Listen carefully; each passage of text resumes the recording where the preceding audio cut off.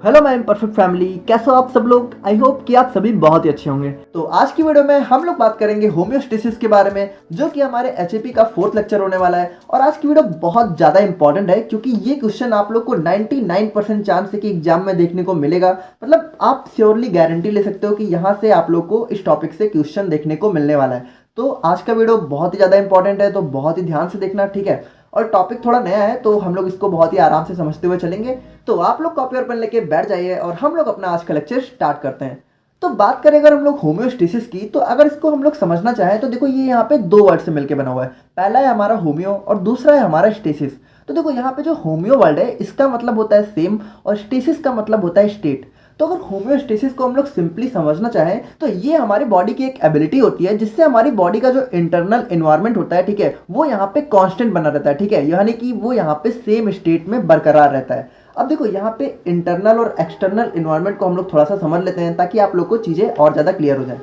तो देखो एक होता है हमारा यहाँ पे एक्सटर्नल एनवायरनमेंट और दूसरा होता है हमारा यहाँ पे इंटरनल एनवायरनमेंट। तो अगर इसको नाम से ही हम लोग समझना चाहें तो इंटरनल का मतलब क्या होता है अंदर का, और एक्सटर्नल का मतलब क्या होता है बाहर का। तो यार देखो इंटरनल एनवायरनमेंट क्या होता है, हमारी बॉडी के अंदर जो भी चीजें हैं, लाइक हमारे बॉडी का टेम्परेचर हो गया, पीएच हो गया, ठीक है, एसिड बेस लेवल हो गया। और एक्सटर्नल एनवायरनमेंट क्या है कि हमारी जो मतलब हमारे आसपास का जो वातावरण है, ठीक है, यानी कि हमारा वेदर हो गया, ठीक है, और जो भी चेंजेस हो रहे हैं तो वो हमारा यहाँ पे एक्सटर्नल एनवायरनमेंट हो गया।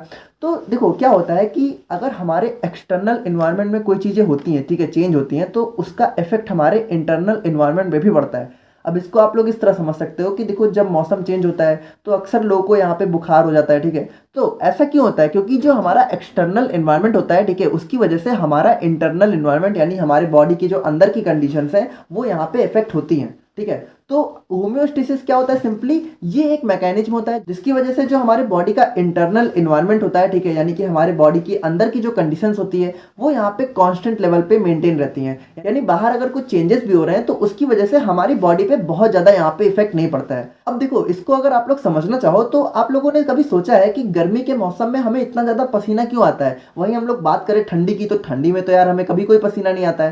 तो देखो ऐसा इसलिए होता है क्योंकि देखो क्या होता है कि गर्मी के मौसम में जो हमारा बाहर का इन्वायरमेंट होता है, यानी बाहर का जो हमारा एटमॉस्फेयर होता है, वातावरण होता है, तो आप लोग को पता है कि यार गर्मी में कभी कभी टेम्परेचर यहाँ पे 40 डिग्री, ठीक है, 45 डिग्री तक चला जाता है। लेकिन हमारे बॉडी का जो इंटरनल टेम्परेचर होता है वो कितना होता है, 37 डिग्री सेल्सियस होता है कि नहीं। अगर आप लोग को नहीं पता है तो जान लो, ठीक है। तो यहाँ पे क्या होता है कि देखो अगर बाहर का टेम्परेचर यहाँ पे 40-45 है और अंदर का यहाँ पे 37 है, तो यार इसकी वजह से हमारे अंदर का टेम्परेचर भी तो बढ़ेगा। अब ये क्या होगा कि ये हमारा 37 से बढ़ते बढ़ते यहाँ पे 40-45 तक पहुँच जाएगा। तो उसकी वजह से क्या होगा कि यार हमारी बॉडी के अंदर बहुत सारी प्रॉब्लम्स हो सकती हैं। तो अब यहाँ पे क्या होगा कि बॉडी यहाँ पे अपने टेम्परेचर को 37 डिग्री मेंटेन करने के लिए क्या करेगी, यहाँ पे स्वेट रिलीज करेगी, ठीक है। और उसी की वजह से यहाँ पे गर्मियों के मौसम में हमें पसीना आता है, जिसकी वजह से हमारी बॉडी का जो इंटरनल टेम्परेचर है वो यहाँ पे 37 डिग्री पे मेंटेन रहता है, ठीक है। तो ये हमारे होम्योस्टेसिस का एक बहुत ही सिंपल सा एग्जांपल था। तो आई होप कि आप लोग थोड़ा थोड़ा यहाँ पे समझ रहे होगे। अब देखो यहाँ पे जो होम्योस्टेसिस का जो मेंटेनेंस होता है, यानी कि हमारे बॉडी का जो इंटरनल एनवायरनमेंट होता है, ठीक है, उसको यहाँ पे सेम बनाए रखने की जो प्रोसेस होती है वो यहाँ पे बॉडी के फीडबैक सिस्टम्स के द्वारा गवर्न होती है। यानी सिंपली बात करें तो बॉडी के अंदर हमारे कुछ फीडबैक सिस्टम्स होते हैं जो यहाँ पे बॉडी के अंदर होम्योस्टेसिस को बनाए रखते हैं। तो अब हम लोग बात करते हैं यहाँ पे बॉडी के फीडबैक सिस्टम्स के बारे में। यानी कि देखो फीडबैक सिस्टम का यहाँ पे क्या काम होता है कि जो हमारा इंटरनल एनवायरनमेंट होता है, ठीक है, तो जब भी उसमें कोई चेंजेस होते हैं तो ये यहाँ पे काम करता है, ठीक है, ताकि जो हमारा बॉडी का जो इंटरनल एनवायरनमेंट है, ठीक है, तो उसमें जो भी चेंजेस हुए हैं उनको वो दोबारा से नॉर्मल कंडीशन में ला सके। यानी कि मान लो अगर हमारा टेम्परेचर बढ़ रहा है, ठीक है, या फिर हमारा पीएच लेवल बढ़ रहा है, घट रहा है, तो उसको दोबारा से मेंटेन करने का काम यहाँ पे फीडबैक सिस्टम्स हमारे करते हैं। अब देखो जो हमारा फीडबैक सिस्टम होता है, ठीक है, उसके अंदर बेसिकली हमारे 3 कंपोनेंट्स होते हैं, जिसमें पहला होता है हमारा रिसेप्टर, दूसरा होता है हमारा कंट्रोल सेंटर और तीसरा होता है हमारा इफेक्टर। अब देखो इसको हम लोग थोड़ा सा सिंपली अगर समझें तो रिसेप्टर यहाँ पे क्या होता है कि जैसे मान लो अगर हमें कोई प्रॉब्लम हुई, ठीक है, यानी हमारी बॉडी के अंदर कुछ चेंजेस आ रहे हैं, तो यहाँ पे रिसेप्टर क्या करता है, रिसेप्टर उसको डिटेक्ट करता है। डिटेक्ट का मतलब क्या होता है कि यहाँ पे कोई भी अगर चेंजेस हैं, ठीक है, कोई भी प्रॉब्लम हो रही है तो सबसे पहले उसको पता करने का काम कौन करता है, रिसेप्टर, ठीक है। फिर रिसेप्टर यहाँ पे क्या करता है, पहले जो है हमारी प्रॉब्लम को पता करता है, फिर यहाँ पे कंट्रोल सेंटर के पास जो है इनपुट भेज देता है, यानी कंट्रोल सेंटर को यहाँ पे जाके बताता है कि हमारी बॉडी में कुछ प्रॉब्लम आई है। अब कंट्रोल सेंटर क्या करता है कि कंट्रोल सेंटर यहाँ पे अपना जो है कमांड जनरेट करता है, किसको, इफेक्टर को। यानी कि मान लो हमारी बॉडी के अंदर कोई प्रॉब्लम हुई है, ठीक है, तो सबसे पहले उसको जो है पता करने का काम करेगा रिसेप्टर, फिर रिसेप्टर यहाँ पे भेजेगा कंट्रोल सेंटर, फिर उसको ठीक करने का काम यहाँ पे करेगा इफेक्टर, और इफेक्टर को कमांड कौन देगा ठीक करने के लिए, कंट्रोल सेंटर। और इफेक्टर यहाँ पे क्या करेगा, जो हमारी प्रॉब्लम है, ठीक है, तो जिस भी वजह से हमारी प्रॉब्लम हुई है उसको यहाँ पे ठीक करने का काम करेगा। तो इसी को हम लोग यहाँ पे थोड़ा सा देख लेते हैं। जैसे हमारा रिसेप्टर क्या होता है, ये हमारी बॉडी का कोई स्ट्रक्चर होता है, ठीक है, जो भी हमारे बॉडी के इंटरनल एनवायरनमेंट में चेंजेस होते हैं उनको यहाँ पे डिटेक्ट करने का काम करता है। और कंट्रोल सेंटर क्या होता है, ये हमारी बॉडी के अंदर जो भी चेंजेस होते हैं तो उसमें यहाँ पे पहले रिसेप्टर से इनपुट को रिसीव करता है, फिर यहाँ पे आउटपुट जनरेट करता है, किसको, इफेक्टर को, ठीक है, in the form of nerve impulse, hormones and other chemical signals. यानी कि जो आउटपुट होता है, ठीक है, कंट्रोल सेंटर जो इफेक्टर को देता है वो यहाँ पे नर्व इम्पल्स के फॉर्म में हो सकते हैं, हार्मोन्स के फॉर्म में हो सकते हैं, या फिर केमिकल सिग्नल्स के फॉर्म में हो सकते हैं। अब देखो आप लोग ज़्यादा कंफ्यूज मत हो, हम लोग इसको यहाँ पे सिंपली थोड़ा सा देख लेते हैं। देखो क्या है कि मान लो अगर बॉडी में हमारी कोई प्रॉब्लम हुई, ठीक है, तो उसको पता करने का काम यहाँ पे किसने किया, रिसेप्टर ने, ठीक है। फिर रिसेप्टर ने क्या किया, यहाँ पे बताया किसको, जाके यहाँ पे कंट्रोल सेंटर को, ठीक है, कंट्रोल सेंटर को इसने जो है जाके प्रॉब्लम को बताया, और प्रॉब्लम को बताने को हम लोग क्या कहते हैं, इनपुट, ठीक है। तो इनपुट भेजा किसको, कंट्रोल सेंटर को। फिर कंट्रोल सेंटर ने क्या किया, उस प्रॉब्लम को दूर करने के लिए यहाँ पे आउटपुट जनरेट किया, और आउटपुट किसको भेजा, इफेक्टर को। अब इफेक्टर यहाँ पे क्या करेगा, जो भी हमारी प्रॉब्लम है, ठीक है, यानी बॉडी के अंदर इंटरनल इन्वायरमेंट में जो भी चेंजेस हुए हैं उसको यहाँ पे ठीक करने का काम करेगा। तो बहुत ही सिंपल है, आई होप कि आप लोग यहाँ पे समझ गए होंगे। तो अब हम लोग बात करें तो जो हमारी बॉडी होती है उसके अंदर बेसिकली दो टाइप के फीडबैक सिस्टम हमें देखने को मिलते हैं। पहला होता है हमारा पॉजिटिव फीडबैक सिस्टम, दूसरा होता है हमारा निगेटिव फीडबैक सिस्टम। देखो इन दोनों को आप लोग बहुत ही ध्यान से देखना, क्योंकि इन्हीं दोनों पे लगभग हर बार एग्जाम में जो है 5 या 7 नंबर में क्वेश्चन पूछे जाते हैं, या फिर कभी कभी ऐसा भी हो सकता है कि पूरा का पूरा होम्योस्टेसिस आपसे 10 नंबर में पूछ लिया जाता है। मतलब इतना जानो कि यहाँ से आपको क्वेश्चन तो जरूर देखने को मिलेगा, चाहे वो 2 नंबर में हो, चाहे 7 नंबर में हो, चाहे 10 नंबर में हो। तो थोड़ा ध्यान से देखना, ठीक है।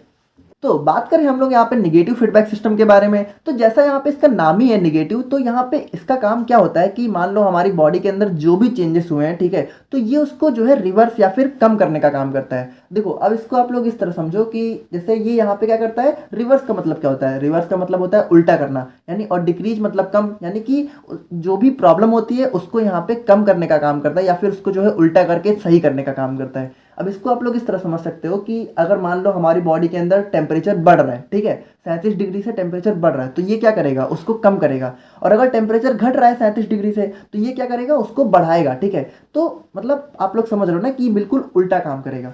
तो इसका एक बहुत ही फेमस एग्जांपल है रेगुलेशन ऑफ ब्लड प्रेशर। अब देखो इसको आप लोग थोड़ा ध्यान से देखना, क्योंकि एग्जाम में बहुत बार ऐसे पूछा गया है। तो देखो रेगुलेशन ऑफ ब्लड प्रेशर का मतलब क्या हुआ कि ब्लड प्रेशर मान लो अगर कम हो रहा है या फिर ज़्यादा हो रहा है तो उसको रेगुलेट करना है, यानी कि उसको दोबारा से सही करना, मेंटेन करना। तो देखो हम लोग यहाँ पे जो है स्टेप बाय स्टेप देखते हुए चलते हैं कि कैसे यहाँ पे अपना निगेटिव फीडबैक सिस्टम काम करता है, कि अगर हमारा ब्लड प्रेशर यहाँ पे बढ़ रहा है तो कैसे उसको यहाँ पे जो है दोबारा से कम करके सही करने का काम करता है। तो देखो यहाँ पे सबसे पहले क्या होता है, सबसे पहले स्टेप में होता है हमारा स्टिमुलस। अब देखो स्टिमुलस क्या होता है, स्टिमुलस हमारी वो चीज़ होती है जिसकी वजह से प्रॉब्लम जनरेट हो रही है, यानी बॉडी का जो इंटरनल एनवायरनमेंट है उसमें जो भी चेंजेस आते हैं तो वो किस वजह से आ रहे हैं, तो वो होता है हमारा स्टिमुलस। अब देखो यहाँ पे ब्लड प्रेशर अगर इंक्रीज कर रहा है तो उसका स्टिमुलस क्या है, इंक्रीज इन हार्ट रेट। यानी कि मान लो आप लोग ऐसे समझो कि आप लोग बहुत ज़्यादा दौड़ के आए हो, ठीक है, और आपकी हार्ट रेट बहुत ज़्यादा बढ़ गई है, ठीक है, तो वहाँ पे उसकी वजह से क्या हुआ, हमारा ब्लड प्रेशर इंक्रीज होने लगा। तो देखो यहाँ पे प्रॉब्लम हमारी क्या है कि ब्लड प्रेशर यहाँ पे इंक्रीज हो रहा है, और हो किस वजह से रहा है, क्योंकि हमारा हार्ट रेट यहाँ पे बढ़ रहा है। तो स्टिमुलस क्या होता है, जिसकी वजह से प्रॉब्लम होती है। तो जैसा कि हम लोगों ने देखा था, सबसे पहले यहाँ पे क्या होगा, रिसेप्टर यहाँ पे जो है प्रॉब्लम को डिटेक्ट करेगा, यानी प्रॉब्लम को पहचानेगा। तो देखो यहाँ पे जो हमारा ब्लड प्रेशर होता है उसके केस में हमारा बैरो रिसेप्टर होता है, ठीक है। तो बैरो रिसेप्टर क्या होता है, वो यहाँ पे एक्टिवेट हो जाता है और यहाँ पे जो है कंट्रोल सेंटर को इनपुट भेजता है in the form of nerve impulse. तो देखो नर्व इम्पल्स हमारे एक फॉर्म ऑफ सिग्नलिंग होते हैं, ठीक है। तो जैसे हम लोग यहाँ पे बोल के बातें करते हैं, उसी तरीके से जो हमारी बॉडी के अंदर अगर कुछ भी सिग्नल भेजना होता है तो वो हमारा नर्व इम्पल्स के फॉर्म में भेजा जाता है, ठीक है। ऑर्गन्स यहाँ पे जो ब्रेन होता है उसको नर्व इम्पल्स के फॉर्म में सिग्नल भेजते हैं। तो देखो जो हमारा रिसेप्टर है वो उसने यहाँ पे क्या किया, सिग्नल भेजा किसको, कंट्रोल सेंटर को। तो देखो यहाँ पे कंट्रोल सेंटर क्या होता है, कंट्रोल सेंटर हमारा ब्रेन होता है। देखो हमारी बॉडी में अगर कुछ भी प्रॉब्लम हो रही होती है तो उनको कंट्रोल करने का काम हमारा ब्रेन ही तो करता है, यानी ब्रेन ही हमारे सारी चीज़ों को यहाँ पे कंट्रोल करता है। तो देखो ब्रेन यहाँ पे क्या करेगा, इनपुट को जो है रिसेप्टर से कलेक्ट करेगा, ठीक है, उसके बाद आउटपुट भेजेगा। आउटपुट किसको भेजेगा, यहाँ पे इफेक्टर को। और इफेक्टर यहाँ पे क्या है, इफेक्टर है यहाँ पे ब्लड वेसल। तो देखो ब्लड वेसल यहाँ पे क्या करेंगे, आउटपुट को जो है कंट्रोल सेंटर यानी कि जो हमारा ब्रेन है उससे रिसीव करेंगे, और उसके बाद यहाँ पे जो भी प्रॉब्लम हुई थी उसको ठीक करने का काम करेंगी, क्योंकि इफेक्टर का काम क्या होता है, ठीक करने का। तो ठीक यहाँ पे कैसे करेंगे, देखो हमारा प्रॉब्लम क्या था, ब्लड प्रेशर हमारा इंक्रीज हो रहा था, तो उसको ठीक करने के लिए क्या करेंगे कि यहाँ पे जो है जो हमारी ब्लड वेसल्स हैं वो यहाँ पे डायलेटेड हो जाएंगी। तो डायलेटेड का मतलब क्या होता है कि ब्लड वेसल्स का साइज यहाँ पे इंक्रीज हो जाएगा। अब आप लोग इसको थोड़ा ध्यान से समझो कि जैसे देखो ब्लड वेसल पहले यहाँ पे जो है इतनी बड़ी थी, और हमारी प्रॉब्लम क्या हुई थी, ब्लड प्रेशर हमारा इंक्रीज हो रहा था। तो ब्लड प्रेशर इंक्रीज होने का मतलब क्या है कि यहाँ पे जो हमारा ब्लड जहाँ पे जो फ्लो हो रहा है, ठीक है, वो यहाँ पे जो इसकी वॉल है, ठीक है, हमारी देखो ब्लड वेसल के अंदर ही तो हमारा ब्लड फ्लो हो रहा है। तो अगर ब्लड प्रेशर इंक्रीज हो रहा है इसका मतलब क्या है कि जो हमारा ब्लड है, ठीक है, वो यहाँ पे जो वॉल है, ठीक है, यानी कि जो ब्लड वेसल्स की वॉल है उस पर यहाँ पे प्रेशर लगा रहा है। तो अगर यहाँ पे ब्लड वेसल्स की वॉल यहाँ पे अपनी साइज में बड़ी हो जाएंगी तो यहाँ पे जो ब्लड है वो आराम से फ्लो करने लगेगा और प्रेशर हमारा कम हो जाएगा, और हमारा जो ब्लड प्रेशर यहाँ पे इंक्रीज हुआ था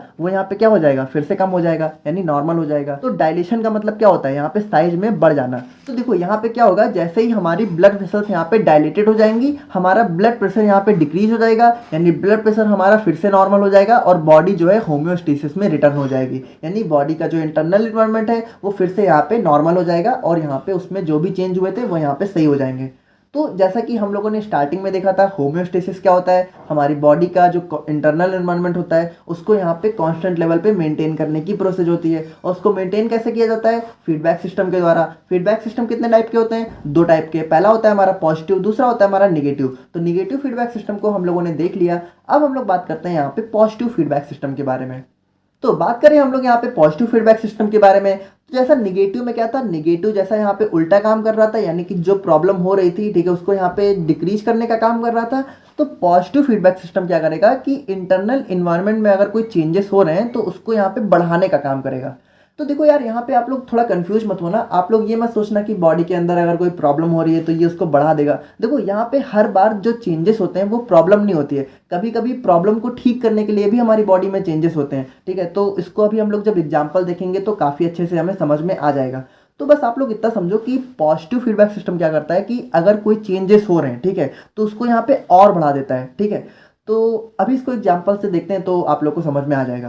तो इसका जो सबसे फेमस एग्जाम्पल बुक में दिया होता है वो होता है नॉर्मल चाइल्ड बर्थ, यानी कि जब यहाँ पे बेबी का बर्थ होने वाला होता है तब यहाँ पे पॉजिटिव फीडबैक सिस्टम जो है बहुत ही अच्छे तरीके से काम करता है, ताकि जो उसका मतलब नॉर्मल मतलब आप लोग समझ रहे हो ना, यहाँ पे जब ऑपरेशन नहीं, जब नॉर्मल बर्थ होता है, ठीक है, तो वहाँ पे अच्छे से हो सके सारी चीज़ें, उसके लिए यहाँ पे पॉजिटिव फीडबैक सिस्टम बहुत ही अच्छे से वर्क करता है। तो उसी को हम लोग यहाँ पे एग्जाम्पल से थोड़ा सा देख लेते हैं स्टेप बाय स्टेप।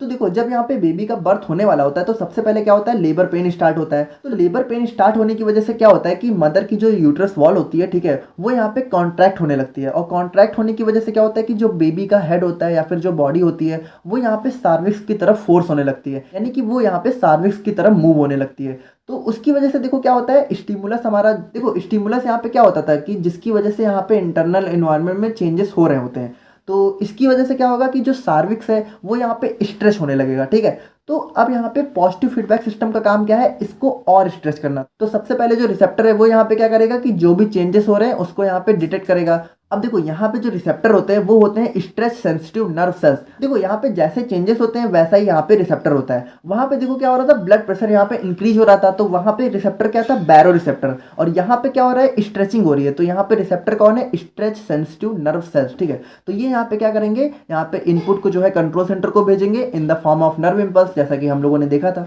और उसके बाद कंट्रोल सेंटर, यानी कि जैसा कि हम लोग को पता है कंट्रोल सेंटर हमारा क्या होता है, ब्रेन। तो ब्रेन क्या करेगा, यहाँ पे इनपुट को कलेक्ट करेगा और यहाँ पे आउटपुट को जो है जनरेट करेगा, किसको, इफेक्टर को। अब देखो यहाँ पे क्या होता है कि ये जो है ऑक्सीटोसिन को रिलीज करता है। अब ऑक्सीटोसिन यहाँ पे एक केमिकल होता है जो कि स्ट्रेचिंग को और ज़्यादा बढ़ा देता है, ठीक है। यानी कि अगर हमारी बॉडी में कहीं स्ट्रेचिंग हो रही होती है तो उसको यहाँ पे ऑक्सीटोसिन जो है और ज़्यादा इंक्रीज कर देता है। तो देखो ऑक्सीटोसिन रिलीज होने की वजह से क्या होगा कि जो यूट्राइन मसल्स है, ठीक है, वो यहाँ पे और ज़्यादा कॉन्ट्रैक्ट होने लगेंगी, और उसकी वजह से क्या होगा कि जो बेबी की बॉडी है वो यहाँ पे सर्विक्स को और ज़्यादा स्ट्रेच करेगी, जिसकी वजह से बेबी का आसानी से बर्थ हो सकेगा। तो यहाँ पे देखो पॉजिटिव फीडबैक सिस्टम में क्या हुआ कि जितना यहाँ पे सर्विक्स यहाँ पे स्ट्रेच होता है, ठीक है, उतना ही यहाँ पे ऑक्सीटोसिन रिलीज होता है, जिसकी वजह से सर्विक्स और स्ट्रेच होने लगता है। तो हम लोगों ने क्या देखा था कि जो भी चेंजेस हो रहे होंगे उसको यहाँ पे और बढ़ा रहा होगा। तो चेंजेस यहाँ पे क्या हो रहे थे, चेंजेस हो रहे थे यहाँ पे स्ट्रेचिंग ऑफ सर्विक्स। तो यहाँ पे इसने क्या किया कि उसको और बढ़ा दिया।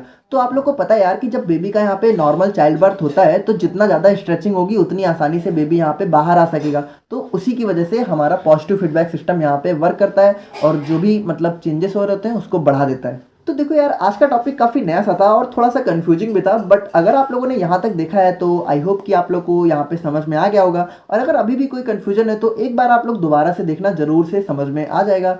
और अगर आप लोग को यार हमारी वीडियोस पसंद आ रही हैं तो चैनल को सब्सक्राइब भी कर सकते हो, और मिलते हैं नेक्स्ट वीडियो में। Thank you so much.